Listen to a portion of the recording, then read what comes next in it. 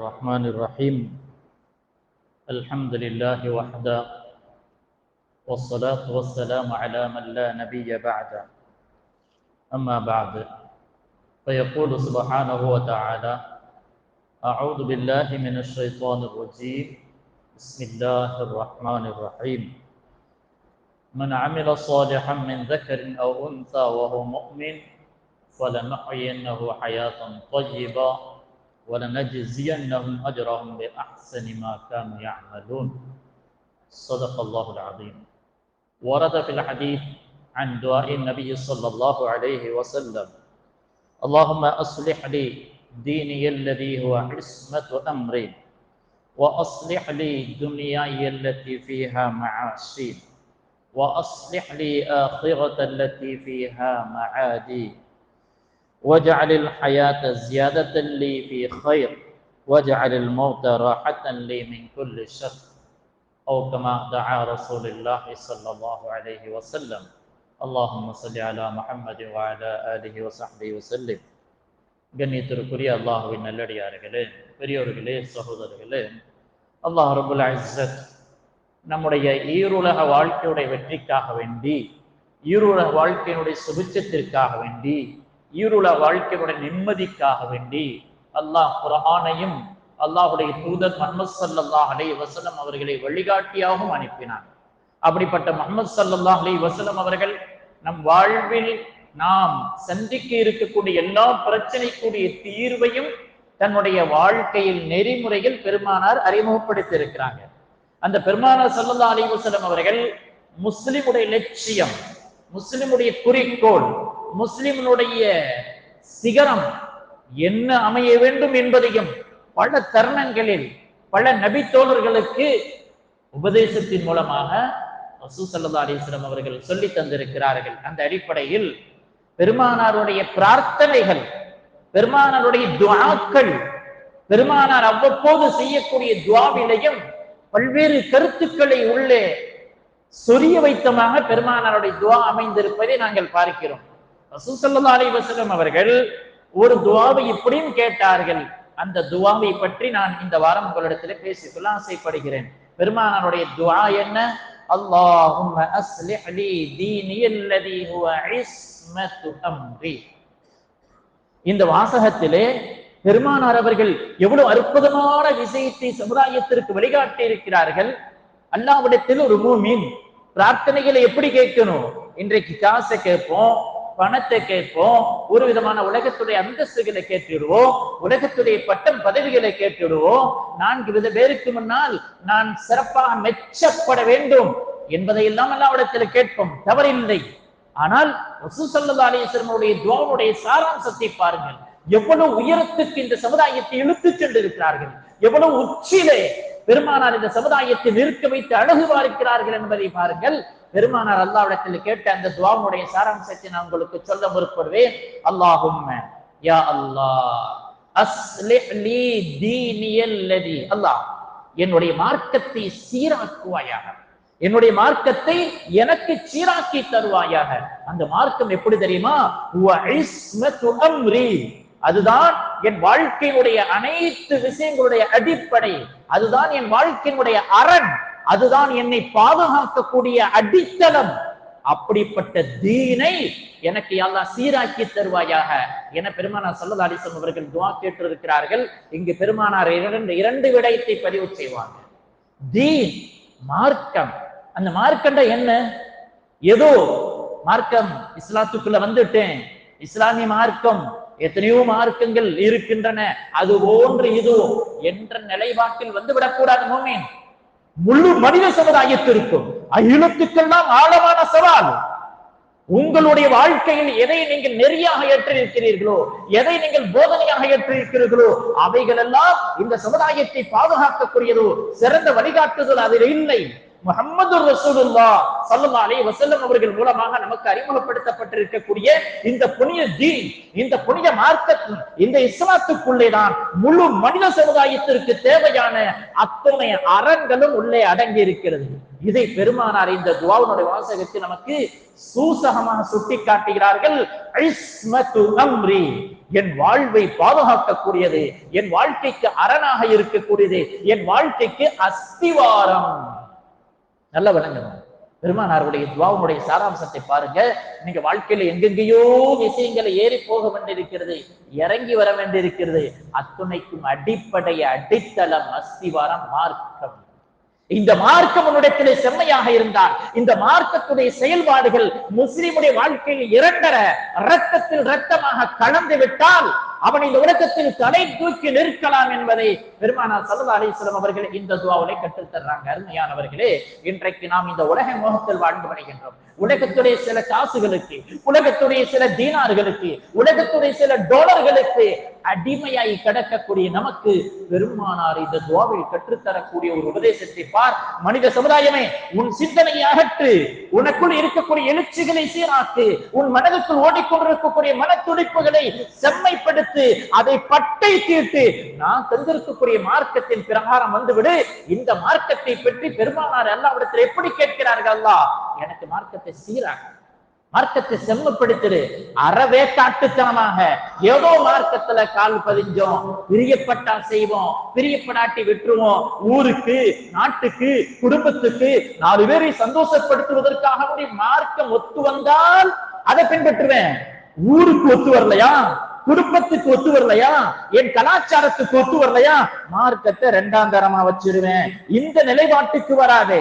உன்னுடைய எல்லா கர்மத்திலையும் உன்னை கடை தூக்கி நிமிர்த்து வைக்கக்கூடிய ஒரு லட்சியம், உன்னை இந்த உலகத்தில் மட்டுமல்ல நாளை மறு உலகத்திலையும் நீ வெற்றி பெறுவதற்கு வழியாய் அமைந்திருக்கக்கூடியது இந்த மார்க்கம். இந்த மார்க்கத்தை செம்மைப்படுத்தி தரும்படி பெருமானார் ஸல்லல்லாஹு அலைஹி வஸல்லம் அல்லாஹ் இடத்துல துஆ செய்றாங்க. அருமையானவர்களே, இன்றைக்கு நாங்கள் எல்லாம் எந்த ஆண்டிலே வாழ்ந்து கொண்டிருக்கிறோம்? பெருமானார் ஸல்லல்லாஹு அலைஹி வஸல்லம் அவர்கள் இந்த உலகத்தை விட்டு சென்று விட்டு 1400 ஆண்டுகளுக்கு மேல ஆயிருச்சு. இப்போ நம்ம கையில இந்த மார்க்கம் என்ன கதியாகுது? நம்ம கைக்கு இந்த மார்க்கம் வந்துருச்சு. இந்த 2024 என்ற புத்தாண்டுகளை கொண்டாடி இந்த நாட்களில் நாம் மார்க்கத்தை கையில வைத்திருக்கிறோம். நானும் நீங்களும் சுய பரிசோதனை செய்யணும். இந்த மார்க்கம் என்னிடத்துல என்ன பாடுபடுது? ஒரு முஸ்லிம் உலகத்தில் எந்த அளவுக்கு கேவலமாக நடத்தப்படுகிறார்? ஒரு முஸ்லிமுக்கு சர்வதேச நீதிமன்றத்திலும் சரி, நம் நாட்டுடைய நீதிமன்றத்திலும் சரி, நம் நாட்டில் வாழக்கூடிய பாராளுமன்றத்திலும் சரி, நாம இருக்கக்கூடிய தமிழகத்துடைய சட்டமன்றத்திலும் சரி, முஸ்லிம்களுக்கு என்ன மதிப்பு? சகோதரிகளே, நீங்க சஹாபா பெருமக்களுடைய வாழ்க்கைகள் பக்கம் கொஞ்சம் திரும்பி பார்க்கணும். 1400 ஆண்டுகளுக்கு பின்னால் இருக்கக்கூடிய வரலாற்றை கொஞ்சம் திருப்பி புரட்டி படியுங்கள்.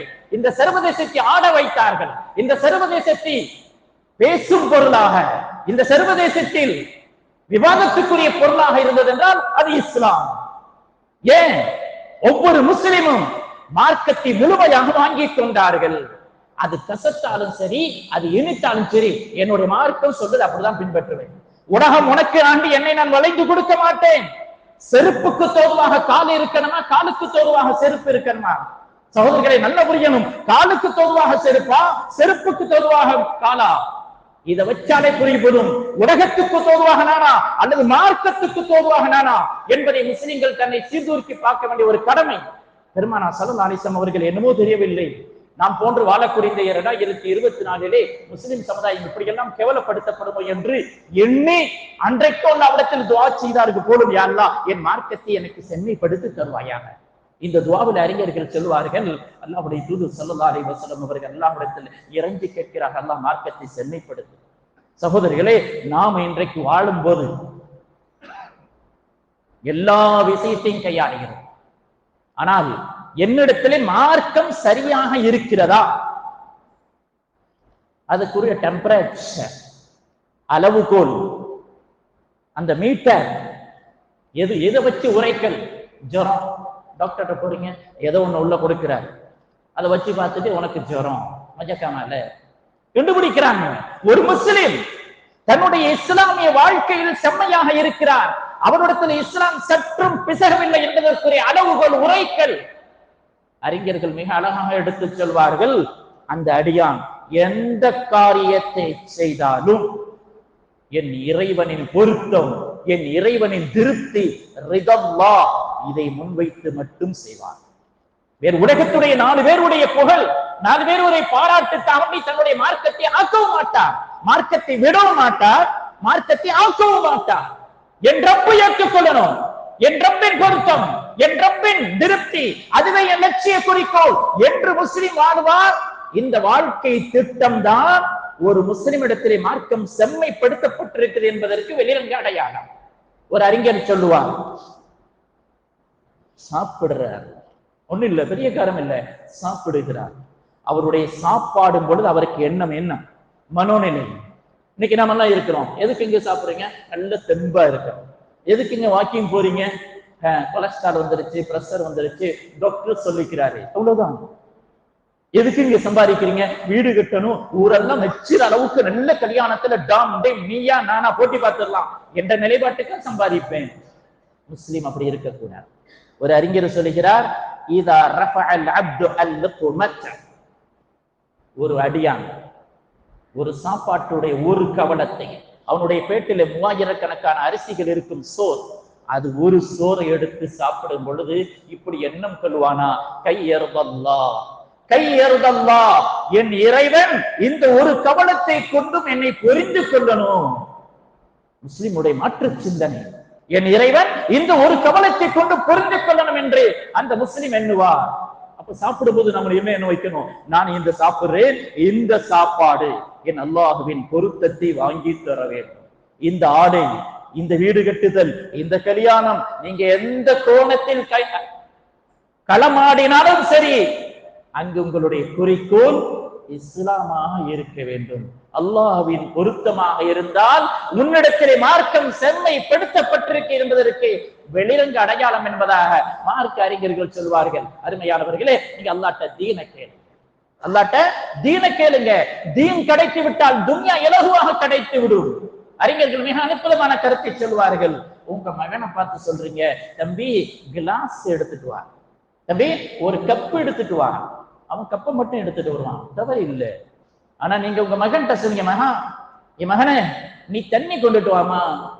பையன் தண்ணிய கிளாஸ்ல கொண்டுட்டு வருவான், உயர் வகை கிளாஸ்ல கொண்டுட்டு வருவான். நீங்க ஏன் ஒண்ணும் இல்லாத கப்பு கேட்கிறீங்க?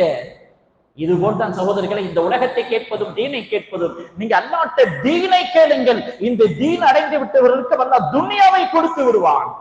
நன்றாக விளங்கிக் கொள்ளுங்கள். தீன் வாழ்க்கையில் எடுத்துக்கொண்டவர்கள் ஒரு பொழுதும் துன்யாவை இழந்த வரலாறு கிடையாது.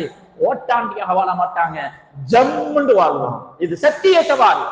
அருமையானவர்கள், எங்களுடைய வாழ்க்கையில தீனை எடுத்து நடக்க ஆரம்பித்து விட்டோம் என்று சொன்னால் இந்த உலகமும் சரியாகிவிடும். அதனால்தான் பெருமானார் ஸல்லல்லாஹு அலைஹி வஸல்லம் அவர்கள் தன்னுடைய துஆவில் எப்படி கேட்டார்கள், அல்லாஹ் என்னுடைய அரணாக இருக்கக்கூடிய, என்னை காக்கக்கூடிய என்னுடைய மார்க்கத்தை எனக்கு சீராக்கி தருவாயா. அருமையானவர்களே, இன்றைக்கு நாமெல்லாம் மார்க்கத்தை சீராக்க கடமைப்பட்டிருக்கிறோம்.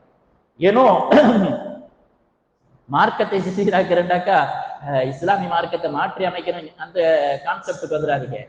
என்னிடத்தில் இஸ்லாமிய மார்க்கத்தை செம்மைப்படுத்த கடமைப்பட்டிருக்கிறோம். நம்முடைய பெரியார்கள் சொல்லுவாங்க, நான் சமீபத்துல டெல்லிக்கு போயிருந்தேன், தப்லீக் ஜமாத்துடைய ஆல் இண்டியா ஜோடு. அங்க மௌலானா இப்ராஹிம் அப்படின்னு சொல்லக்கூடிய 93 வயது உடைய ஒரு பெரிய மகான். அந்த மகான் தப்லீக் சாத்திகளை ஏறத்துல ஒரு 3000-4000 பேர் ஆல் இந்தியா முழுவதும் கூடி இருக்கிறாங்க. அவங்களுக்கு செய்த உபதேசத்தை சொன்னாங்க, ஆஜ் இஸ்லாம் கி ஜரூரத், நம்மை நாம் சீர்திருத்த வேண்டிய கட்டாய கடமையிலே இருக்கிறோம். நம்முடைய தொழுகையிலே, நம்முடைய வணக்கங்களிலே, நம்முடைய தான தர்மங்களிலே, நாம் ஜும்மாவுக்கு வரக்கூடிய இந்த போங்களையும் நமக்கு சீர்திருத்தம் தேவை. ஜும்மாவுக்கு சீக்கிரம் வரணும், ஜும்மாவுக்கு அத்தனை தடவை வரணும். இதெல்லாம் எந்தையோ காலத்தில் முஸ்லிம்கள் செய்த கடமை என்று சடங்கு என்று நினைத்துக் கொண்டிருக்க இது மார்க்கம். இன்றைக்கு இது அப்படியே மங்கி போயிருக்கிறது. சீர்திருத்த கடமைப்பட்டிருக்கிறோம். அருமையானவர்களே, எனவேதான் எங்களுடைய பெரியார்கள் சொல்வார்கள், உங்களுடைய மார்க்கத்தை சீர்திருத்தக்கூடிய பணிகள் ஈடுபட்டுக் கொண்டே இருங்கள். அடுத்து அல்லாஹ்வுடைய நபி ஸல்லல்லாஹு அலைஹி வஸல்லம் அவர்கள் இந்த துஆவை கேட்டார்கள், வ அஸ்லிஹ் லீ, யா அல்லாஹ் எனக்கு சீராக்கி வைப்பாயாக, துன்யா அல்லதி ஃபீஹா மஆஷி, எந்த துன்யா என் வாழ்வாதார தேவைக்கு அவசியமாக இருக்கிறதோ அந்த துன்யாவை சீராக்கி தருவாயா.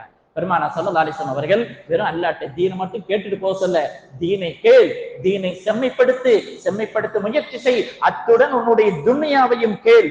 அந்த துன்யா உனக்கு சாதகமாக இருக்கணும். எப்படிப்பட்ட துன்யா? மார்க்கத்தின் பிரகாரம் செல்வதற்கு தோதுவாங்க. மார்க்கத்தின் பிரகாரம் செல்வதில் இடைஞ்சல் வராத துனியா. மார்க்கத்துல இடைஞ்சலா துனியாவை தூக்கி எறி. மார்க்கத்துக்கு வேட்டு வைக்கிறா அந்த துனியா வேண்டாம் என்ற நிலைப்பாட்டுகளுக்கு முஸ்லிம் வர வேண்டும் என்பதை பெருமானார் ஸல்லல்லாஹு அலைஹி வஸல்லம் அவர்கள் அல்லாஹ்விடத்திலே கேட்டிருக்கிறார்கள். யா அல்லாஹ், இப்படிப்பட்ட துனியாவை கொடு, அந்த துனியா எங்களை மார்க்கலை நிலைநிறுத்த வேண்டும், மார்க்க பொங்கல் எங்களுக்கு இடைஞ்சலாக வந்து அமையக்கூடாது என்பதை பெருமானார் ஸல்லல்லாஹு அலைஹி வஸல்லம் அவருடைய துஆவிலே பார்க்கிறோம். அருமையானவர்களே, நாங்கள் துனியா, எனக்கு தீன் கிடைத்து விட்டது, எனக்கு துனியா சரியா இருக்கிறது அப்படிங்கிறதுக்கு என்ன அடையாளம்? நல்ல கார் வச்சுக்கிறாரு, நல்ல பங்களா கட்டிட்டாரு, பையன் நல்ல ஜோப்ல இருக்கிறாரு, அடே அப்பா அவருக்கு என்னென்னமெல்லாம் உலகத்தில் அவார்டு கிடைக்குது. இது துனியா சீராகி விட்டதற்குரிய அளவுகோல் அல்ல. துனியா சீராகி விட்டதற்குரிய அளவுகோல் அல்ல. உங்களுடைய துனியா சீராகி விட்டதற்குரிய அளவுகோலை ஒரு அறிஞர் சொல்லுகிறார், அல்லாஹ் உனக்கு ஹலாலான உணவை தருவான். முதல் பாயிண்ட் ஹலால். அருமையானவர்களே, சுய பரிசோதனை செய்ய கடமைப்பட்டு எங்களுடைய காசு பணம் வந்தா போதும், எப்படி வருது என்பதை யோசிக்கவில்லை. என்ன காசு, என்ன பணம், கல்யாணத்துல போய் சாப்பிட்டா போதும். அந்த கல்யாணத்துக்குள் விளையாடக்கூடிய காசு பணம் எங்கிருந்து வந்தது சகோதரர்களை சிந்திக்கணும். வலிமாவுக்கு அழைத்து விட்டார்கள், போக வேண்டும் என்ற ஒரு ஹதீஸை மட்டும் பார்த்து விட்டு போய்விடாதீர்கள். அங்கு என்ன காசு விளையாடுகிறது யோசிங்கள். ஒரு சகோதரர் ஒரு 3 நாளைக்கு முன்னாடி நம்ம ஊரை சார்ந்தவர் தான், நான் புதுக்கோட்டையில இருக்கிறேன், போனத்துல இருக்கிற அவர் போன் பண்றாரு, தெளிவா சொல்றாரு, குடும்பத்தை சேர்ந்தவர், ஒரு பக்கா ஹராம், பச்சை ஹராம் காசு, விருந்து கலைக்கிறாரு, போகலாமா வேண்டாமா, போகாட்டி குடும்ப சண்டை வந்துடும், என்ன செய்யறது கேட்கிறார்.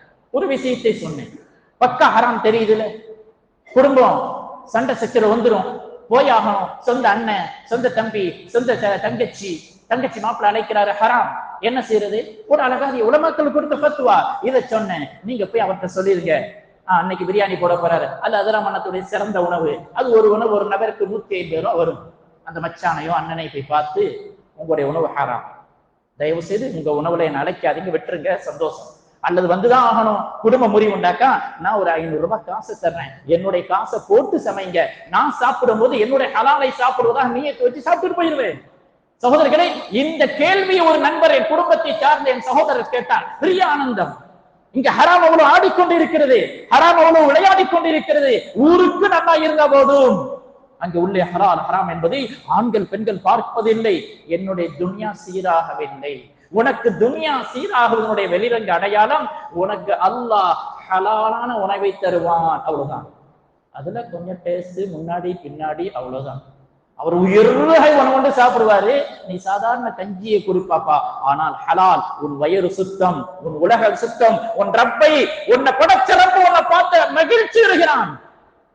நீ பெரிய ஹோட்டல்ல போய் சாப்பிடுறா, உயர் ரக உணவு உனக்கு ஆர்டர் பண்ணிட்டா வந்து இறங்குது, வெளியூர் சமயக்காரன் கேட்டரிங் வந்து உனக்கு டீன் சாப்பாடு நடக்குது, பச்சை ஹராம், உன் வயர் நெருப்புக்குள் இருந்து கொண்டிருக்கிறது. உன்னை படைக்கிறப்ப உன்னை பார்த்து கேவலத்தோடு, உன்னை பார்த்து நெருப்போடு பார்க்கிறான், நரகம் உன்னை பார்த்து சந்தோஷப்படுகிறது. எனக்கு வேண்டிய ஆள் சேர்ந்துகிட்டு இருக்கிறான்பா. அருமையானவர்களே, எங்களுடைய துன்யா சீராகுது என்று சொன்னார். அறிஞர்கள் சொன்னார்கள், முதல் கருத்து, உனக்கு அல்லாஹ் ஹலாலான உணவை கொடுப்பான். இரண்டாவதாக சொன்னார்கள், உன் கண்குளிர்ச்சி தரக்கூடிய பிள்ளைகள் அல்லாஹ். எனக்கு வரக்கூடிய பிள்ளைகள் கண்குளிர்ச்சி.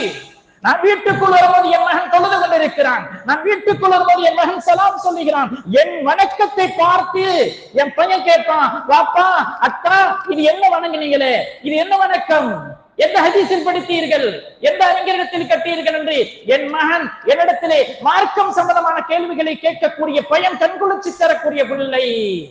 அல்லாஹ் அப்படிப்பட்ட பிள்ளைகளை கொடுப்பான்.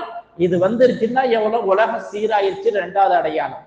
மூன்றாவது, நல்ல எனக்கு உங்களுக்கு தேவை, என் சொல் பேச்சு கேட்டு, என் மனோநிலைகளை புரிந்து, என் சொல் பேச்சு கேட்டு, என் மனோநிலைகளை புரிந்து என்னோடு குடும்ப வாழ்வு நடத்த வந்திருக்கக்கூடிய மனைவி. அல்லாஹ் என்னுடைய குடும்பத்தை, என்னுடைய செலவினங்களை, என்னுடைய வருமானத்தை முன் வச்சு எனக்கு கட்டுப்பட்டு நடக்கக்கூடிய மனைவி கிடைத்து விட்டால் என்று சொன்னால் இவன் உலகத்தில் ராஜ வாழ்க்கை. அருமையானவர்களே, அல்லாஹ்ட்ட இப்படிப்பட்ட 3 விஷயத்தை கேட்கணும். யா அல்லாஹ், எங்களுக்கு ஹலாலான உணவை தந்துவிடு, என் கண்குளிச்சு தரக்கூடிய பிள்ளைகளை தந்துவிடு, எனக்கு கட்டுப்பட்டு நடக்கக்கூடிய மனைவியை தந்துவிடு. சுப்ஹானல்லாஹ், இதுதான் நம்மிடத்தில் இருக்கிறா இல்லையா என்பது ஒவ்வொருவரும் மனதில் அப்படி அடித்தட்டத்திலிருந்து கேள்வி எல்லாருக்கும் வந்து கொண்டிருக்கு. அருமையானவர்களே, அறிஞர்களிடத்திலே பார்க்கிறோம் யாரு நல்லவர்கள், காசு நல்லா, பணம் நல்லா, மகன் நல்லா படிச்சுட்டாரு, நல்ல ஜாப்ல இருக்கிறாரு, இதுல பொறாமை வேண்டாம். ஒரு அறிஞர் போறார், ஒரு அறிஞர் வீட்டுக்குள் போறார். உம்மு ரபி, அவருடைய வாப்பா பேரு இப்னு ரபி, ஹைத்தம் என்பவர் வீட்டுக்குள் வணங்கி கொண்டிருக்கிறார். எந்த நேரத்துல? ராத்திரி 2 மணிக்கு எந்திரிச்சு தஹஜ்ஜத் ஏதோ ஒரு தொழுகிறார். அவர் துஆவுல இருக்கிறார். பயம் ஒழிச்சுட்டான்.